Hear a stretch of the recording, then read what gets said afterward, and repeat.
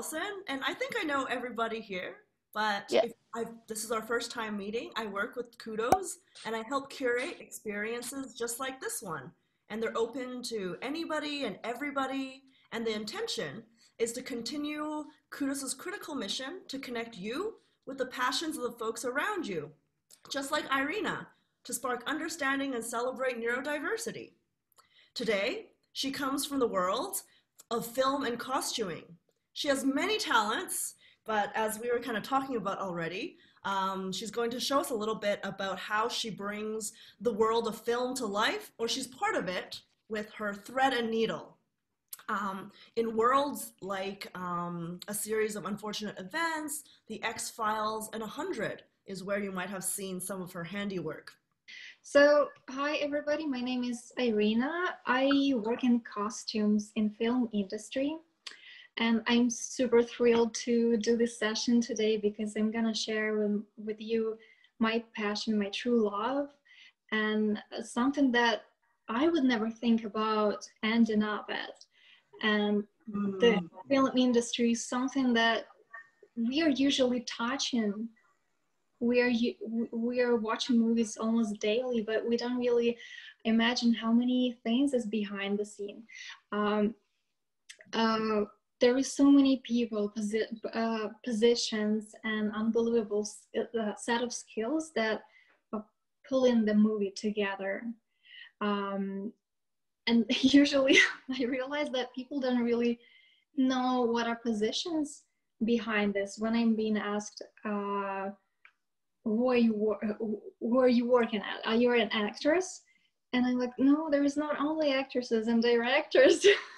But that makes sense because directors and actors are the only people we see getting the Oscars. We see them in the screen. So of course, we don't really think about the behind scenes world. So I want to slightly open the door to this fascinating world of movie magic and tell a little bit more about how these things are being put together by so many different people and how is it coming to the screen.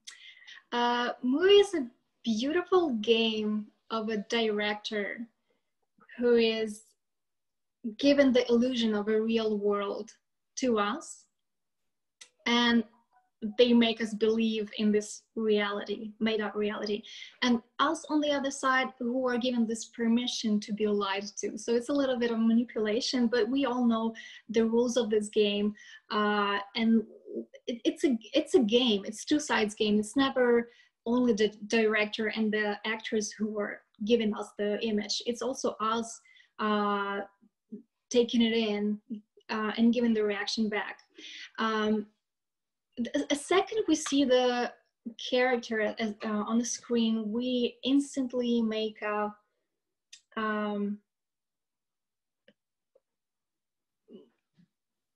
we know who this person who this person is. We have some conclusions about this person just because the filmmakers know how to put this image to the most expressive way. For instance, here, if we look at these pictures, we instantly know who this person is. We can guess the era. It's definitely not today. It was going on in some other era. It's male, whatever. What else you can guys guess, right? He's a warrior, definitely, because he's wearing a sword, all this armor. It's definitely experienced warrior. I want to tell that movie industry is very interesting industry because it gives us the idea of the person we want to be, just giving us the image of the character. Movies are most likely giving us the shaping the dreams, shaping the personality that we want to become, just in the way they bring the character on the screen. And this is very interesting because recently I did a little bit research on my own, and I was chasing this amazing red dress. I was looking for a red dress with the straps and this low cleavage. I didn't know why did I like it, but I was chasing it. I was making lots of researches, and I was going to make it myself. And then I realized, why do I like this red dress so much? And then I remembered in my childhood, I watched the movie, and the main character was wearing red dress with the low cleavage, with the straps, exactly what I was hearing in my mind for so many years. And then I was like, oh my God, it's not even my dream. I took it from the movie. I didn't form it in my brain. It was taken from the movie. So then I started analyzing every dream of my life, like the house that I want to have in my future. And then I was like, oh my God, it's from Home Alone. The house was from that movie. And then if you guys try to remember the most significant objects and images in your from your dreams, maybe you will find out that you have the dream from some movie that you watched in your childhood. That most probably will be the one. This is really interesting, and the movies are the most effective art, and there is nothing like movies, because movie include any art of this world. Name any art, fine art, dance, music, photography, it's all included in movie. So the way it impacts us is tremendous. It involves our eyes, ears, what else? Well, basically anything, especially emotions. So there is nothing magical, there is nothing that we cannot explain how we react on movie images. Everything is explained very simply. There is a set of tricks and effects that movie makers are putting together to give the right emotion to the people, and that's how that explains why you react this or that way on the character. Like the second you see the character, you can tell, is it evil? What is his intention? What is his lifestyle? You can kind of do this, and you can analyze it in your brain in seconds, and it's going on subconsciously. And this is very interesting process that we usually ignore, but if you pay attention to these little steps, you'll find out there is no magic in movie. It's just a set of manipulations that are put on us. So it's a little bit something that we probably don't want to hear, but also I guess it is a magic, because you have to know how to psychologically affect, how to trigger people to evoke that emotion. So films are setting the stereotypes in society, and this is true. I wouldn't go very deep in this, but if we focus only on costumes, this is very interesting how stereotypes from movies are transitioning to real life. So this is a perfect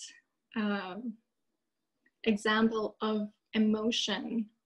A second you see Lady in Red in the movie that looks sexy and kind of really appealing. And I will ask you guys to participate it too. Be a really active watcher. So when you see a lady in red on the screen, what do you think? Tell me, what do you think when you see a lady in red? And yes, sexy, for sure.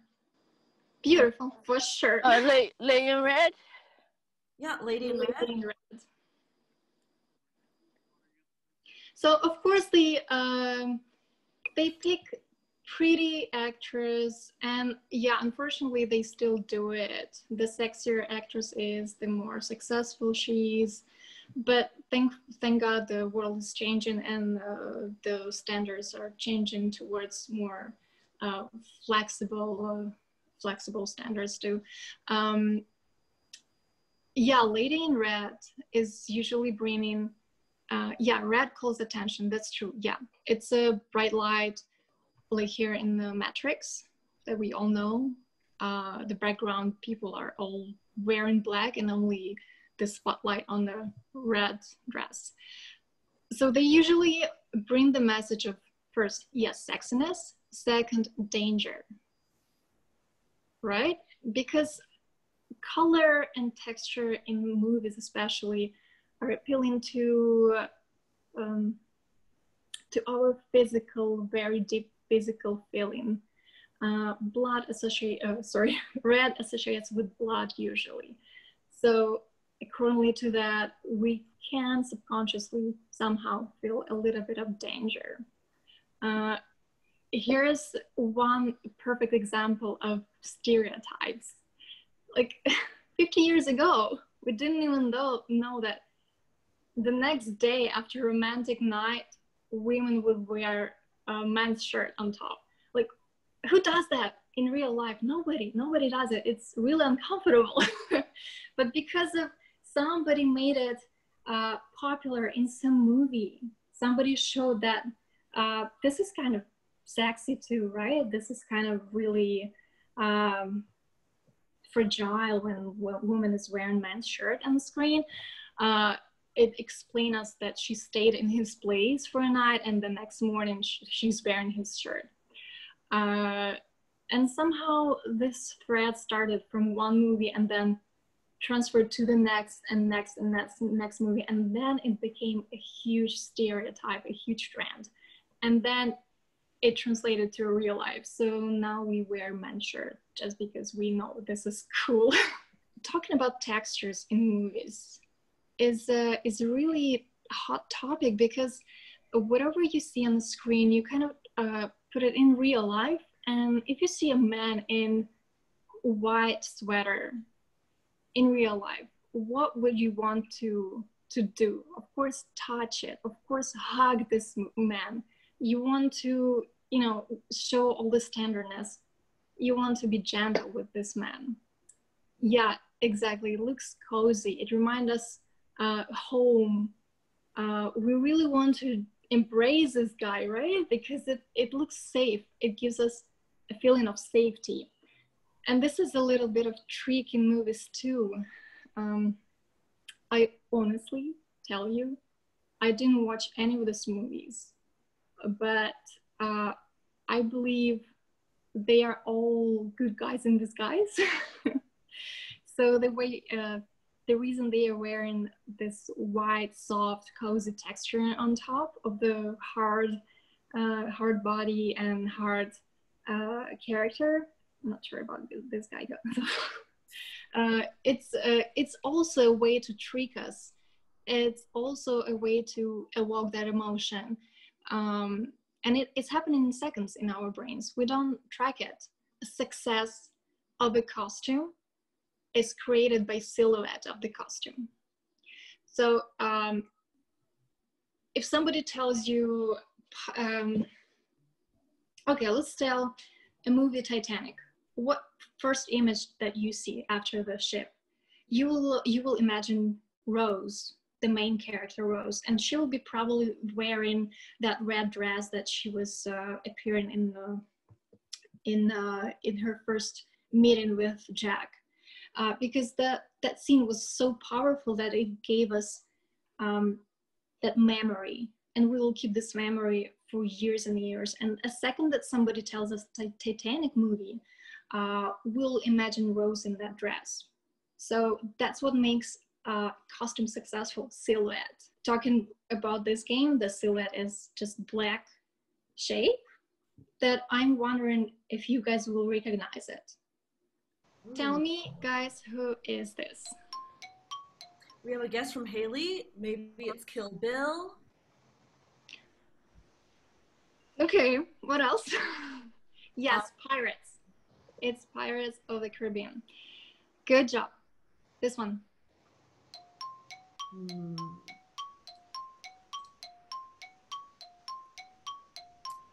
Matrix, that's correct. Good job. Okay, next one.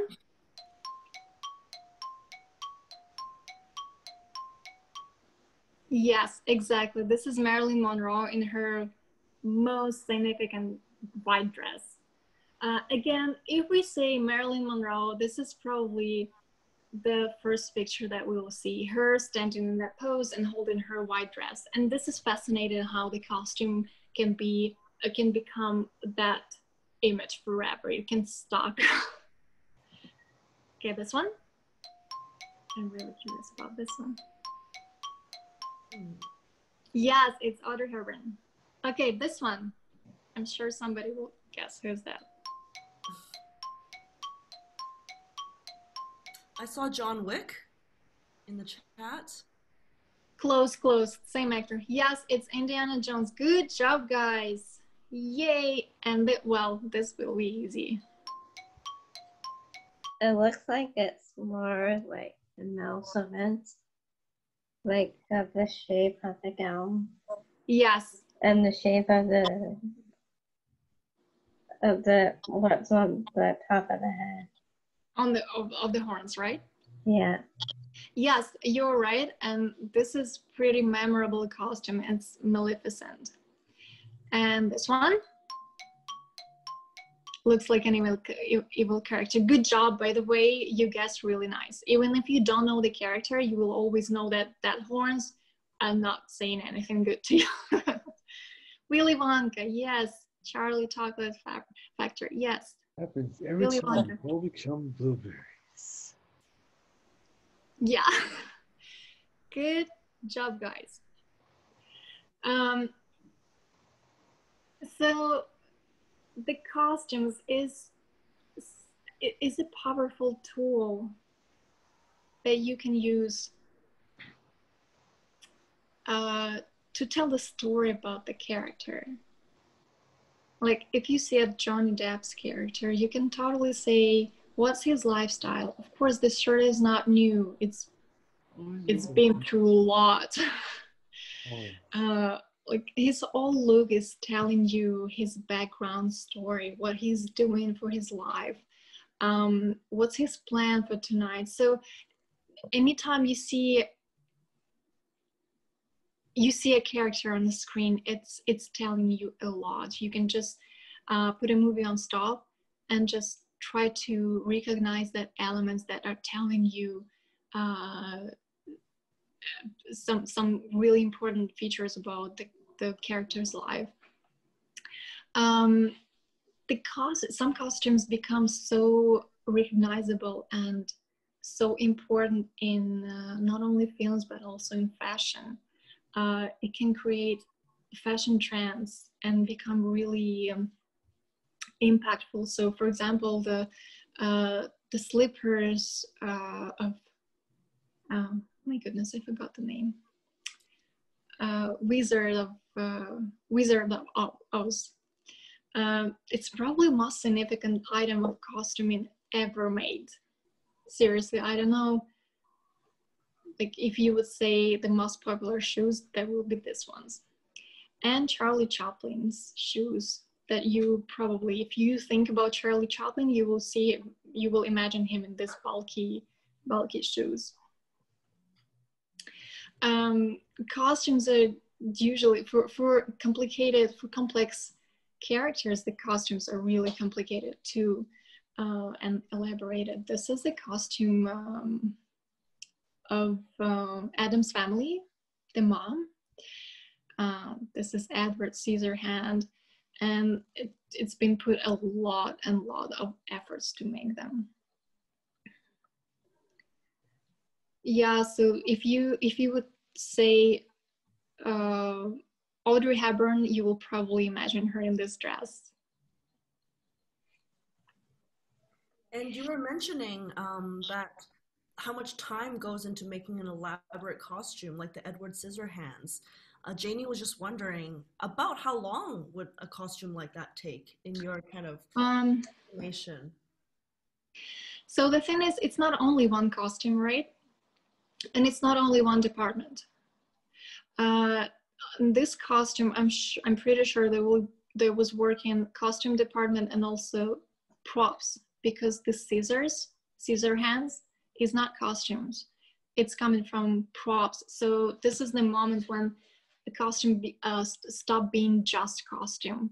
It also starts being something more functional that cross the border and becomes props as well. I cannot tell the hours, but I can tell for sure it takes a lot. I was working on the period show. We were working on dresses from 17th century. And one dress took me 100 hours about that. It was semi-layered. We would do lots of embroidery on it, of course, alteration, plus it had the corset top, plus the pleated skirts. It took so much time, but the result worth it. So some characters, again, it's coming back to when I said, when you look at the character, you can definitely explain what they are doing for life. For instance, this lady, she's definitely not a peasant. She's not working, for example, in the hospital or school. She's very noble. She looks very high-end. She looks like she's never done any hard job in her life. And this is achieved by all these textures. If you can look at the fabrics that they used, it's steady, it's really heavy and sturdy. It's not flowy, it doesn't have that movement of, like girly dress. And in fact, she's a wife of a ruler of the Mideast country. So all the power of her status is put in these costumes. Of course, my favorite. If you guys didn't watch this movie, you would probably be able to describe the character from wear for seconds. What is she wearing? What are these glossy shoes? And like every single item is telling you who she is and what she's doing for life. And then we see how all her life has changed. And of course, it shows on her outfits too. The costumes are telling us about the status of the person, whether they are wealthy or not. And on this picture, we can perfectly see the difference between first class passenger and third class. And by the way, the designer of Titanic put lots and lots of efforts to do the research of what people of that era would wear in society. Are you wearing the clothes all the time? Are you taking them off only on the dinner? What kind of fabric did they wear at that time? And by the way, this hat, she made it that big to make a wealth, to show the wealth of this family. And there was a moment when the whole outfit was completed, and then there was a moment when they had to come out of the car, and she didn't know if the hat will fit through the doors or not. So that was kind of a thrilling moment for the whole crew. They were just waiting the moment when Rose will come out of the car and would fit in it. That it was that big. I want to say one important thing. Nothing on the screen appears with no reason. Every single item you see has a reason, has a story behind. The Brad Pitt's character, Tyler Durden from Fighter Club, if you guys watch this movie, which I really recommend, it's a world-class movie. He's wearing this old jacket. He's looking raggishly, like a little bit rough. And that describes his lifestyle perfectly. And in films, we never use old stuff for actors of that level. It's not like the designer bought this jacket in a thrift store and put it on the actor. No. We buy new stuff, and then we use a technique that called breakdown, costume breakdown, to make it look raggy, saggy, old, dirty, whatever has holes, blood, dirt, whatever is look worn down is called costume breakdown, and we'll get to it a little bit sooner. But what I wanted to stress out is, if you see the actor or the actress wearing something old like this, like it's been there for 30 years, it's made for a reason. It's made to show you that this person doesn't really care how he looks. And this is a personality thing. As I said, nothing that appears on the screen is accidental. So in this movie, the girl, True Grit, the movie is called True Grit. See how this jacket is that much bigger, the coat story. It's definitely not her size. It's so much longer. She had to roll up the sleeves. She had to tie her waist. And this is the coat that she kept from her dead father. This is the only item basically that left from him. So she's trying to keep it close to her, and this explains why it looks so much bigger on her. And again, a second you look at her, you can tell what kind of person she is. Really determined, really on her place. She knows what she's doing. Again, explaining why some things on the screen look the way they look. So can you guys tell me what is a little bit off on this picture, on his costume? What makes you feel that something is wrong with his costume?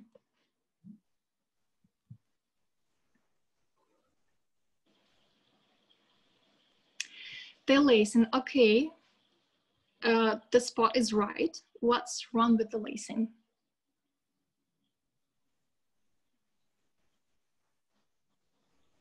You guessed correct. It's about the lacing.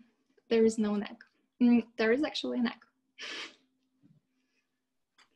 And talking about the neck, they had to make a special collar for him so the leather doesn't touch his skin. Oh, sorry, I missed the last answer.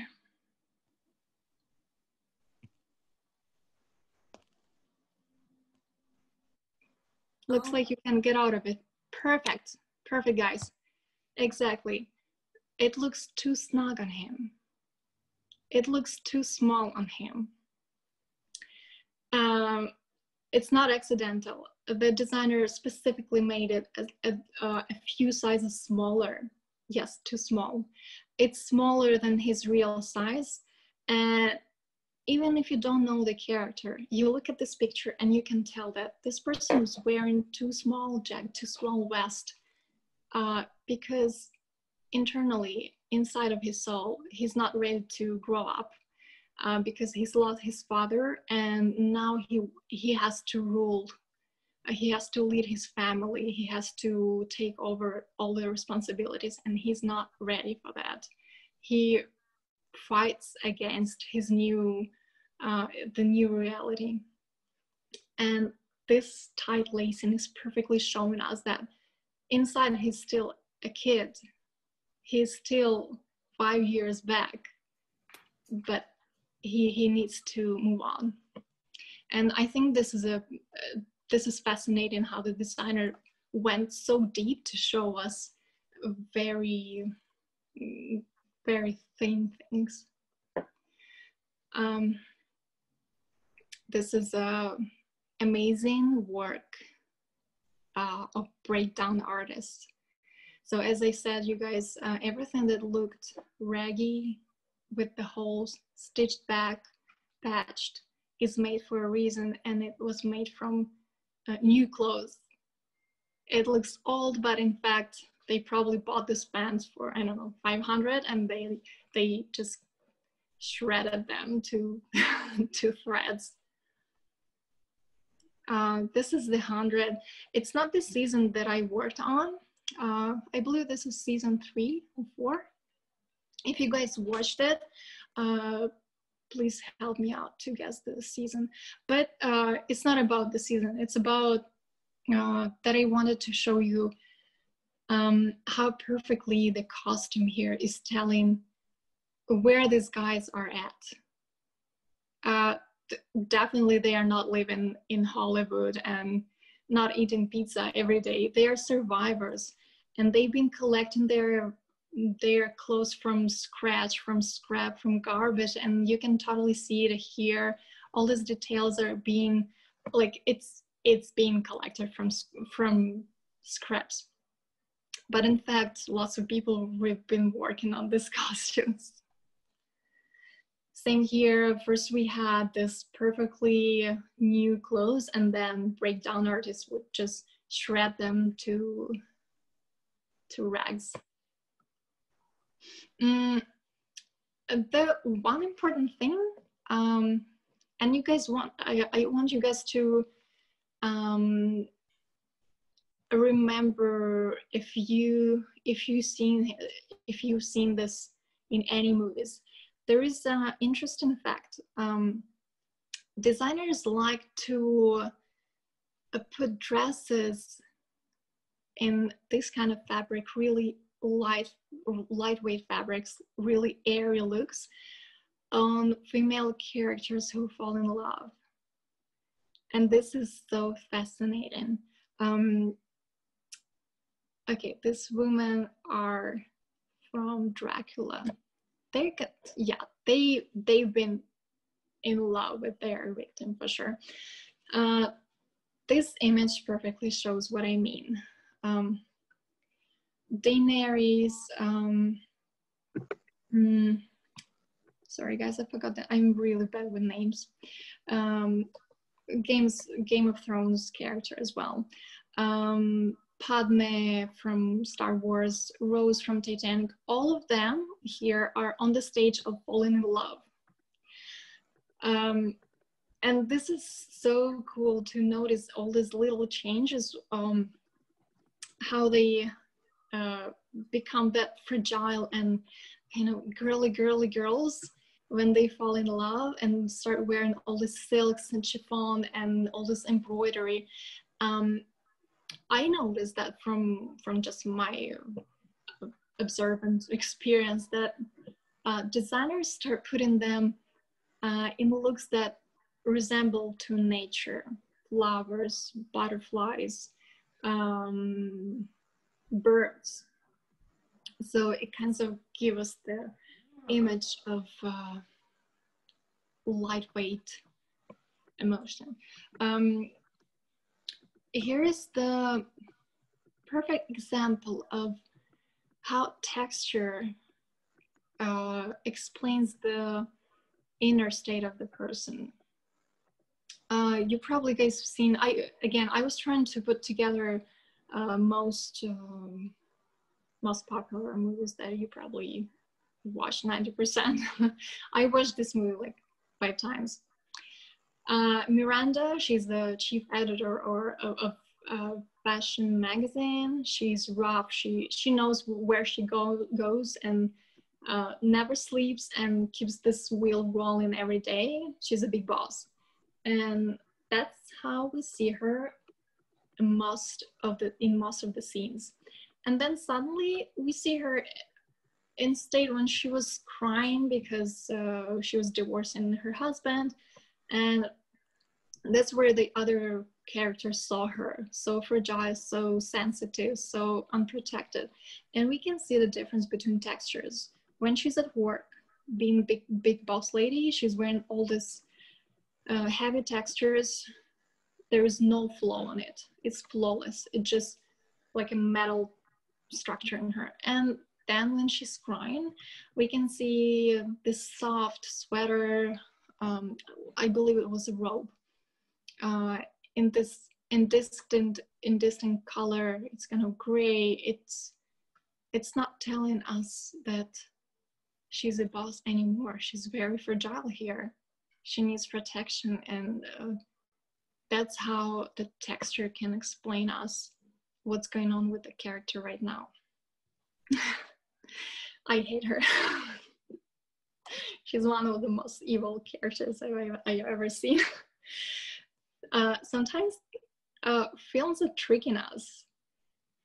And same way as I just explained how the costumes might support the personality, here we can see how the costume can trick us, because this hot pink color that give us, again, the emotion. Always think about the emotion what costume gives you. If you feel uncomfortable, if you feel a little bit of danger around, this is what's going on the screen. This is what lights give you, costumes, makeup, set, everything is giving you exact emotion, and everything works on it. Here, suddenly you see this warm, beautiful colors, and turns out she's evil. She's awful woman. Same here, really soft textures, beautiful blonde woman wearing this nice light colors, and she turns to be, both of them turn to be cold killers. Same with Cersei, Game of Thrones.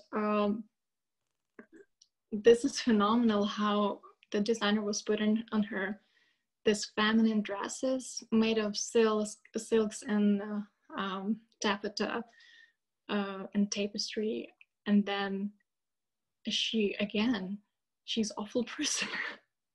And that's how our costumes sometimes trick us.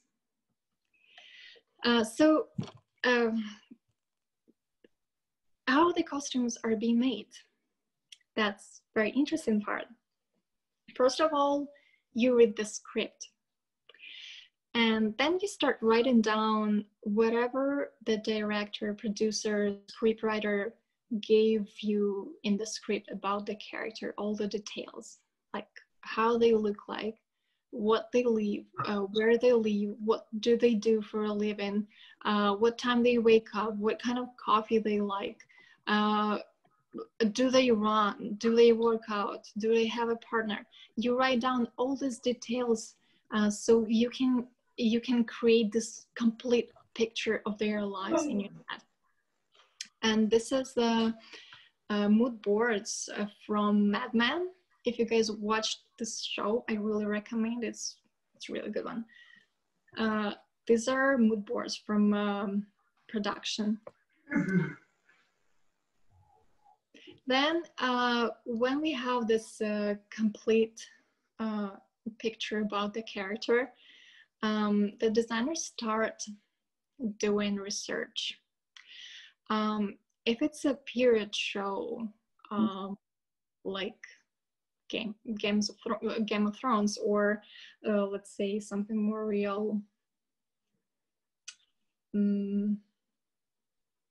Okay, let's say Mad Men. The set is in 60s. It started in the end of 50s, and it continued for, I believe, a decade. It covered the whole decade. So the designer would make lots and lots of researches. What people wore at that time, was it a calm time in this country? What season it is? What kind of family it is? What do these people eat on the breakfast? So you do all this researches, you collect as much information about the era, this family as possible. And then you start creating the sketches. You make hundreds of them. Oops.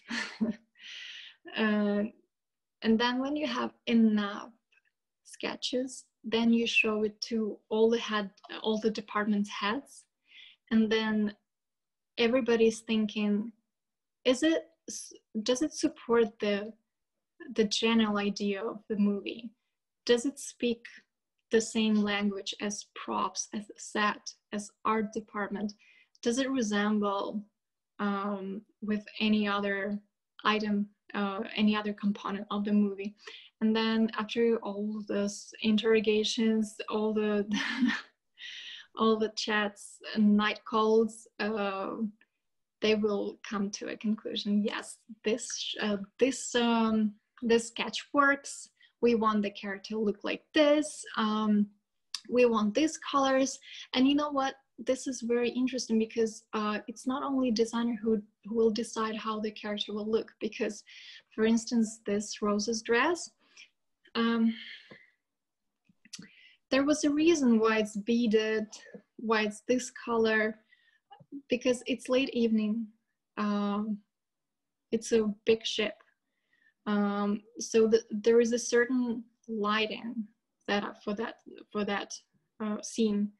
And in that certain lighting, only certain colors will work perfectly. For instance, if she would wear the light dress, it won't work that good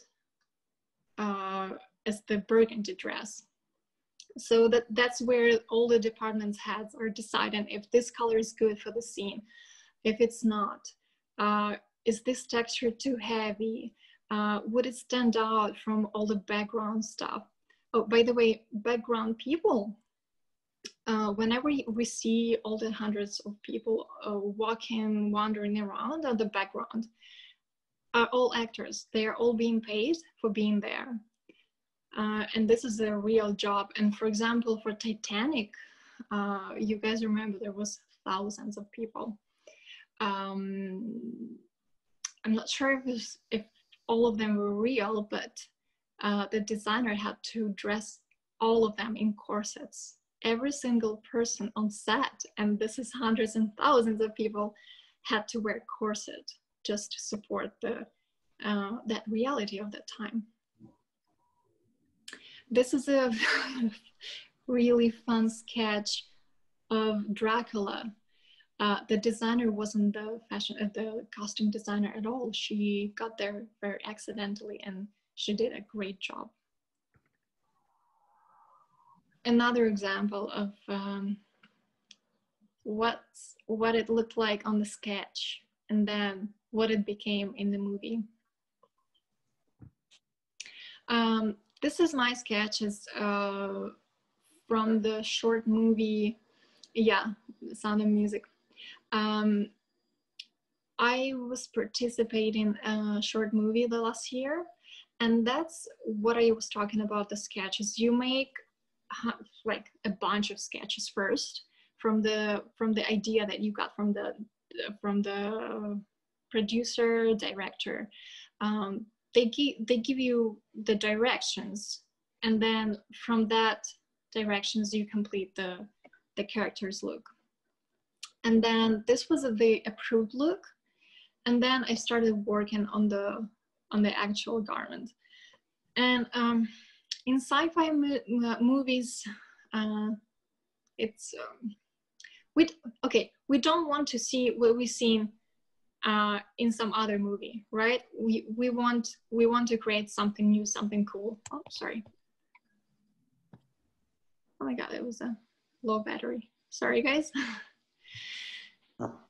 So for this outfit, I had to make a fabric out of paper. So what you see here is a paper blended, like glued together with the fabric, and then so I could stitch it together, and then I would put the trims in between all these paper pieces, and I had to be really careful with it to not fold it, because the second you fold, it stays there.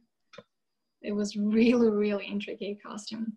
And then we had a fit-in with the actress, and then on the fit-in, it's only on the fit-in when you realize, does it work or not? Does it work on her figure, on her body shape, on her skin tone, on her height or not, because you don't want to destroy the whole idea. You want to support the idea of the character, so you're gonna do it right. And then it's her picture on set when she's wearing the wig, the makeup, the boots, everything is put together, and it looks beautiful under the right light. And that's on the camera. And by the way, on the camera, we usually see the upper part of the body. So in films, we normally pay most attention to the shoulders and the neck, because that's where the camera usually is. Another example from Game of Thrones. Yeah, that's how the costumes come out from the sketch. Some characters, as in real life, some events of our lives are affecting our style. We are changing our style through like every couple of years, or maybe not, depending. In movies, if we are talking about the characters' development through years, we really have to show it through the costumes. So if we take Daenerys, look how she looked in the first episodes, in the first season. Fragile, she was like a thing to be gifted to a man, to be sold to a man. Her brother was very particular about her future husband, so he was dressing her in this very, very revealing dresses. And then this dress is really interesting because the designer wanted the dress to look like a present. So when Khal Drogo was unwrapping her like a present, that will be a surprise for him that there is such a beauty. And the color of this dress is kind of silvery gray. And it has a reason, because the designer wanted it to resemble to the moon, because that's how Khal Drogo was calling her. And then she started traveling with her people, and then she was trying to blend to the nation that she was trying to gain the trust from. And see, now she has some kind of armor, very lightweight, very hit, but it resembles with the armor. You can see how stronger she becomes. And then the texture of this armor becomes stronger. This is a shaped leather, molded leather. And then her garments become very structured, and this embroidery and all this fabric manipulations are just stunning. And this is a very interesting moment when she falls in love and she had this romantic night with the guy. Then in the next episode, she's wearing really open dress, just to underline that she had some relationship. This is fascinating. See how her life is changing and how it shows on the costumes. Pretty regal. And then the darker her thoughts become, the heavier the costumes become. Then she starts being a real warrior. And the deeper it goes, the heavier textures become. As you can see, lots and lots of efforts are put in these garments. See, like now it's not only white, but with some drops of red that resembles with blood. And in the end of all the seasons, she's wearing really, really heavy garments. That's called a development of the character, and it's shown in costumes pretty clear. This is a breakdown, and it's a huge, huge, huge part of costuming. So the breakdown is buying shoes for $300 and destroying them so they can look old and worn and torn. This is a girl's shoes. She was living in the woods, so of course she was running around. She was jumping through the puddles, of course. walking on the dirt, so it has to look dirty. But it's never dirty on the real costume. Actors don't wear dirt. It's all paint, special paste, textures that help garments look the way they should look. This is a part of breakdown too. It was perfectly new jacket, and I had to make it look like it's been worn for 13 years. People would live in the woods, and they would mend and patch their clothes over and over again. When you make breakdown, you always want to imagine, what is this person doing for a living? What is, like, not for a living, for surviving, I would say. Because that's how we show all the hard times of the person through breakdown. This is example how it looked before breakdown. It's just stitched, and then how breakdown artist is putting paints, all these bits and bits on top of each other. And this is just so much stuff on it. It was so heavy. Like they painted over, put the patches of leather, pieces of tires, metal scraps, you know, like seriously garbage, but all together it looks really cool. Breakdown is also making a texture that doesn't exist in reality. Like, sorry, it exists, but you should bring it to the costume. So this sleeve is should remind you guys the tree texture. Okay, that was I wasn't sure if I should show it, but there was corpse. If you guys have sensation to stuff like blood and stuff like that, probably you want just to not look at the screen, but I really wanted to show that the blood that you see in the shows, like zombie shows or any fight, is not real blood, of course, but it's made of lots of liquids, gels, plus substances. So this is just fake blood, and it's really like, it tastes sweet, in fact. And the snow is made of wax, but in movies it looks like a snow. Also, we do stuff like that, dyeing the fabrics. So yeah, the costumes is a language, and it can tell us so much. Like the way the designers are making their efforts, they are traveling the world to collect rare pieces. I know that the designer from Star Wars traveled to Morocco to learn some weaving techniques, and she found some rare lace, and then of that lace she made a wedding dress for Princess Padme.